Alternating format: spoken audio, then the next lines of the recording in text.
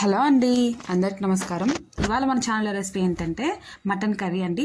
మటన్ని కొంతమంది ఇష్టపడరు కదండి. ఒకసారి నేను చేసినట్టు ఒకసారి చేసి పెట్టండి. మటన్ ఇష్టపడిన వాళ్ళు కూడా బాగా ఇష్టంగా తింటారు. ఇందుకోసం నేను 1/2 కేజీ మటన్ తీసుకున్నానండి. 1/2 కేజీ మటన్ తీసుకొని వాటర్లో కడిగేసి కొద్దిగా సాల్ట్, కొద్దిగా పసుపు, కొద్దిగా వాటర్ వేసి కుక్కర్లో పెట్టేసుకొని ఒక 4-5 విజిల్స్ వచ్చేంత వరకు ఉడికించుకున్నాను. తర్వాత స్టవ్ ఆన్ చేసేసి ఒక పాన్ పెట్టేసుకొని అందులోకి ఒక 4-5 టేబుల్ స్పూన్ ఆయిల్ వేసుకొని కొద్దిగా షాజీరా, కొద్దిగా దాల్చిన చెక్క, కొద్దిగా లవంగాలు, ఒక 2 యాలకులు, కొద్దిగా బిర్యానీ ఆకు, కచ్చపచ్చగా దంచుకున్న వెల్లుల్లిపాయలు, ఒక 2-3 పచ్చిమిరపకాయలు వేసుకొని వేయించుకున్నాక అందులోకి సన్నగా తరిగిన 2 ఉల్లిపాయలు, 2 టమాటాల ముక్కలను వేసుకోవాలి. ఈ ఆనియన్స్, ఈ టమాటా ముక్కలు వేగేంత వరకు వేయించుకోవాలి. తర్వాత ఇందులోకి ఒక 2-3 రెమ్మల కరివేపాకును వేసుకోవాలి.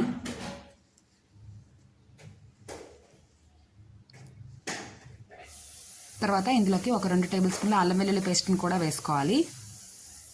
అల్లం వెల్లుల్లి పేస్ట్ పచ్చివాసన పోయేంత వరకు వేయించుకోవాలి.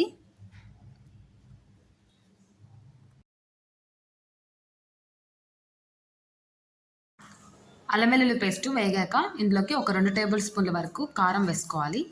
కారం వేసి ఒక 2 నిమిషాల పాటు వేయించుకోవాలి. తర్వాత మనం ఉడకపెట్టుకున్న మటన్ని వేయాలి. నేను ఇక్కడ ఫస్ట్ మటన్ ముక్కలు మాత్రమే వేసుకుంటున్నాను. వాటర్ని మళ్ళీ పోసుకుంటాను.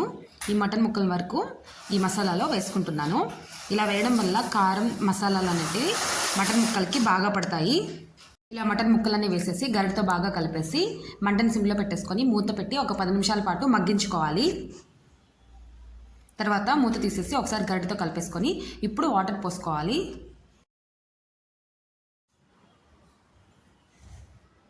ఇలా వాటర్ పోసేసుకున్నాక ఇందులోకి ఒక 2 టేబుల్ స్పూన్ల వరకు ధనియాల పొడిని వేసుకోవాలి.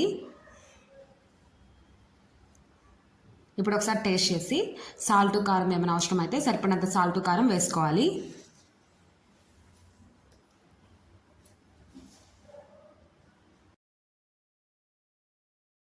మటన్ కర్రీ కంటే మటన్ బిర్యానీ ఎక్కువ చేస్తుంటారు. ఒకసారి మటన్ కర్రీ ఇలా చేసి చూడండి, చాలా బాగుంటుంది. ఇప్పుడు మూత పెట్టేసి ఈ గ్రేవీ అనేది కొద్దిగా చిక్కబడేంత వరకు ఉడికించుకోవాలి. తర్వాత ఇందులోకి సన్నగా తరిగిన కొత్తిమీర, పుదీనాను వేసుకోవాలి. ఇప్పుడు ఇందులోకి ఒక టీ స్పూన్ గరం మసాలా పౌడర్ని వేసుకోవాలి. ఈ గరం మసాలా పౌడర్ వేసేసిన తర్వాత ఒకసారి గరిటతో కలిపేసి మూత పెట్టేసి మంటని సిమ్లో పెట్టేసుకొని ఒక 5 నిమిషాల పాటు ఉడికించుకోవాలి. ఒక 5 నిమిషాల తర్వాత స్టవ్ ఆఫ్ చేసేసి సర్వ్ చేసేసుకోవడమేనండి. మటన్ కర్రీ రెడీ అండి. Thank you for watching.